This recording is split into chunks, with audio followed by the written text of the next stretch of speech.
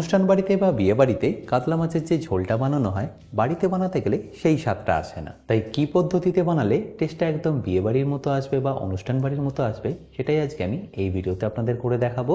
আর তাছাড়াও রেসিপিটা পারফেক্টলি করার জন্য সাথে থাকবে অনেক tips and tricks. By the way, আমি শেফ অতনু, আপনারা দেখছেন অতনুর রান্নাঘর। আর আজকে আমাদের রেসিপি কাতলা মাছের ঝোল অনুষ্ঠান বাড়ির মতো। তাহলে এই কাতলা মাছের ঝোল বানানোর জন্য আমি এখানে নিয়ে নিয়েছি 2 কেজি কাতলা মাছ, যেটাকে দেখুন আমি পরিষ্কার করে ভালো করে ধুয়ে নিয়ে জলটাকে ঝরিয়ে নিয়েছি। এবার এটাকে আমি ম্যারিনেট করে নেবো। আর ম্যারিনেশনের জন্য প্রথমেই দিয়ে দেবো অল্প একটু সর্ষের তেল। তেলটা দিয়ে দিলে দেখবেন ম্যারিনেশনটা করতে একটু আপনাদের সুবিধাই হবে। এরপর দিয়ে দিচ্ছি 1 থেকে 1.5 চা চামচ হলুদ গুঁড়ো, আর তারই সাথে 1 চা চামচ কাশ্মীরি লঙ্কার গুঁড়ো। ব্যাস, তারপর স্বাদ মতো নুন দিয়ে এটাকে ভালো করে ম্যারিনেট করে নিন।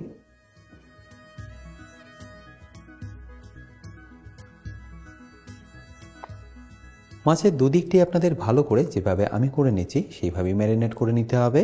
তাহলে দেখবেন ভাজার সময় কালারটা ইকুয়াল আসবে। তাহলে দেখুন মাছটা আমার এখানে একদম ভালোভাবে ম্যারিনেট করা হয়ে গেল। এবার এটাকে আমি ভেজে নেব। আর এপাশে মাছগুলো ভাজার জন্য আমি আগে থেকেই সরষের তেল গরম করে রেখেছি। আমি এখানে 2 কেজি মাছের জন্য 300 মিলি সরষের তেল নিয়ে নিয়েছি, যেটাকে প্রথমে আমি ভালো করে আগে গরম করে নিচ্ছি। আরেকবার ভালো করে গরম হয়ে গেলে একটু ঠান্ডা করে তারপর আমি এখানে মাছগুলোকে ভেজে নেব। আর তার আগে তেলের মধ্যে আমি অল্প একটু নুন আর হলুদ দিয়ে দিচ্ছি। এতে দেখবেন মাছটা ভাজার সময় তেলটাও ছেটকাবে না আর মাছটা নিচেও লেগে যাবে না। ব্যাস, তারপর একবার মিশিয়ে নিয়ে আমি এখানে মাছগুলোকে ভেজে নেব। ব্যাস, এবার একে একে আমি এখানে মাছগুলোকে ভেজে নিচ্ছি।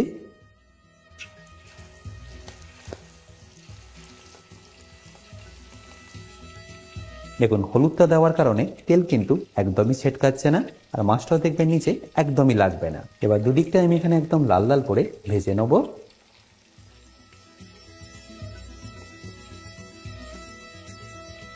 একটা দিকে কালার এসে গেলেই পাল্টে নিয়ে আমি অপর দিকটাও কুক করে নিচ্ছি।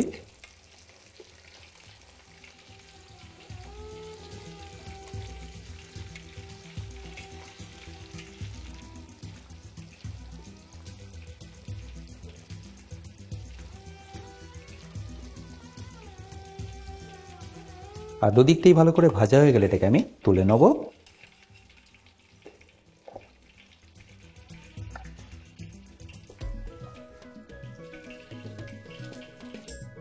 এবারে একইভাবে আমি বাকি মাছগুলো ভেজে নিচ্ছি।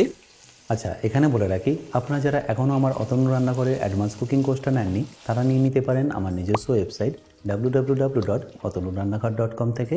এই কোর্সটা মেনলি রেস্টুরেন্ট স্টাইল খাবারের ওপর। রেস্টুরেন্টে কি গ্রেভি বা কি সস বানিয়ে রাখে যার জন্য আপনাদের 10 থেকে 15 মিনিটের মধ্যেই এই খাবারটা পরিবেশন করতে পারে, সেই সব কিছু আমি শিখেছি অ্যাডভান্স কুকিং কোর্সে। এই কোর্সের লিঙ্ক আমি যদিও ডিসক্রিপশন বক্সে দিয়ে রেখেছি, তাও বলে রাখি কিনতে যদি আপনাদের কোনো রকম অসুবিধা হয় আমার সাথে এই হেল্পলাইনে যোগাযোগ করতে পারেন। তাহলে সবকটাই মাছ এখানে আমার ভালো করে ভাজা হয়ে গেল।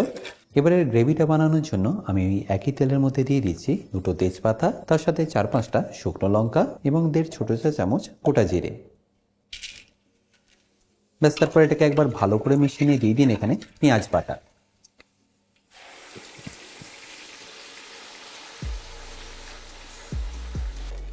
ব্যাস, এবার ফ্লেমটাকে হাই করে এটাকে আপনাদের ততক্ষণ ভেজে নিতে হবে যতক্ষণ না পেঁয়াজের কাঁচা গন্ধটা একদম চলে যাচ্ছে আর পেঁয়াজটায় হালকা একটু কালার চলে আসছে।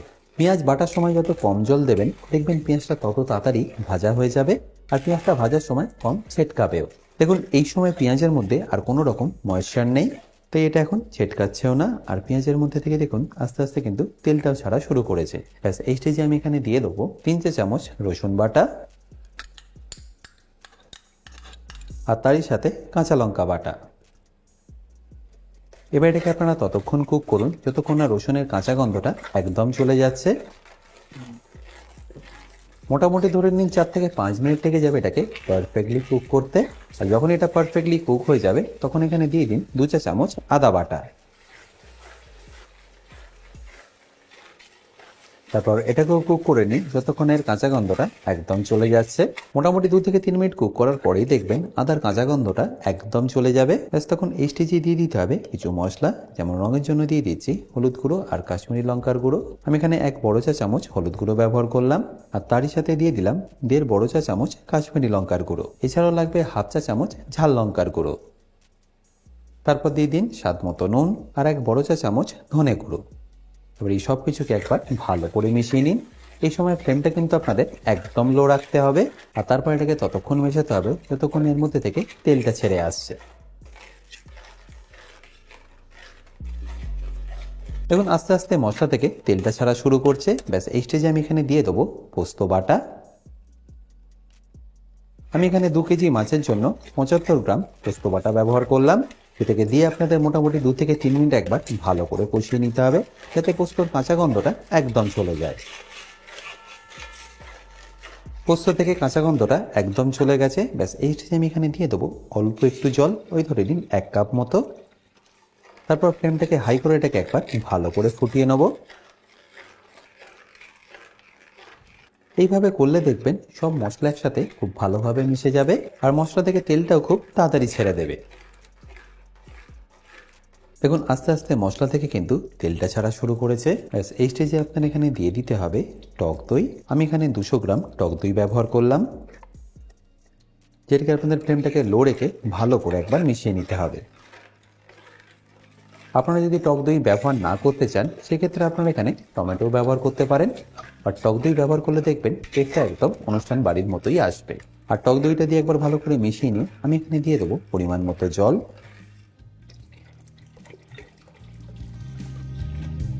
তারপর ফ্লেমটাকে হাই করে এটাকে ভালো করে একবার মিশিয়ে নেব।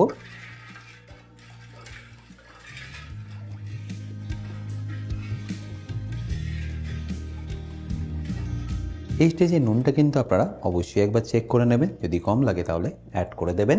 এবার ফ্লেমটা হাই করে এটাকে একবার ভালো করে ফুটিয়ে নিন।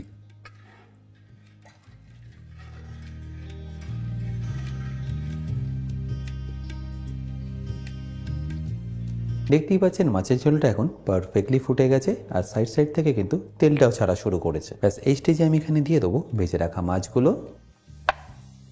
আচ্ছা, এখানে বলে রাখি, আপনারা যারা অতনু রান্নাঘরে ইউটেন্সিলগুলো কিনে নিতে চাইছেন, লিঙ্ক আমি ডেসক্রিপশন বক্সে দিয়ে রেখেছি। অ্যামাজন থেকে সেটা আপনারা ইজিলি কিনে নিতে পারবেন।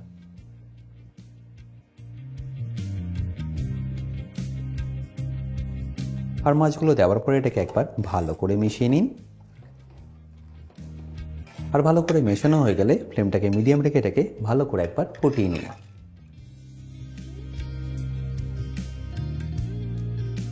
মাছটা দেওয়ার পরে মোটামুটি 7 থেকে 8 মিনিট আপনাদের এটাকে ভালো করে একবার ফুটিয়ে নিতে হবে। দেখুন 7 থেকে 8 মিনিট পরে মাছগুলো এখানে কিন্তু এখন পারফেক্টলি কুক হয়ে গেছে, আর গ্রেভির মধ্যে ফ্লেভারটাও খুব ভালোভাবে চলে এসছে। তাই এবার একে একে আমি এখানে শুধু মাছগুলোকে তুলে নেব।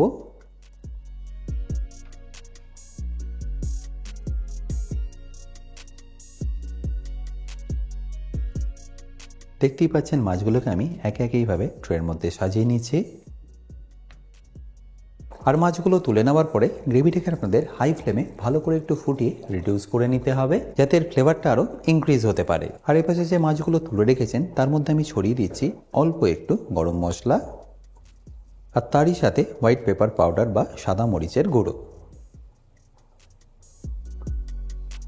অনুষ্ঠান বাড়িতে যেহেতু বেশি পরিমাণে রান্না হয়, তাই মাছটা যাতে ওভারকুক না হয়ে যায় সেই জন্য মাছটাকে আগে আলাদা করে নেওয়া হয়, আর তারপর গ্রেভিটাকে আলাদা করে ফুটিয়ে রিডিউস করে নেওয়া হয়। আমিও তাই ওই একই পদ্ধতিতে এখানে গ্রেভিটাকে রেডি করে নিচ্ছি। আশা করি দেখে নিশ্চয়ই বুঝতে পারছেন কালারটা কিন্তু একদম অনুষ্ঠান বাড়ির মাছের ঝোলের মতোই হয়েছে, আর এইভাবে বানিয়ে নিলেও দেখবেন টেস্টটাও একদম অনুষ্ঠান বাড়ির মতোই আসবে। আর 6-7 মিনিট ফুটিয়ে নেওয়ার পরে দেখুন গ্রেভিটা এখানে কিন্তু পারফেক্টলি রেডি। এবার এটাকে আমি ফাইনালি ফিনিশ করে নেবো অল্প একটু চেরা কাঁচা লঙ্কা দিয়ে।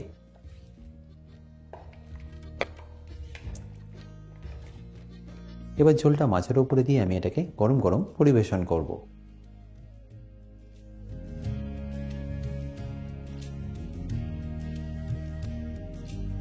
আশা করি সিম্পল রেসিপিটা আপনাদের নিশ্চয়ই ভালো লেগেছে, আর যদি ভালো লেগে থাকে অতি অবশ্যই কিন্তু আমাকে কমেন্টে জানাতে ভুলবেন না।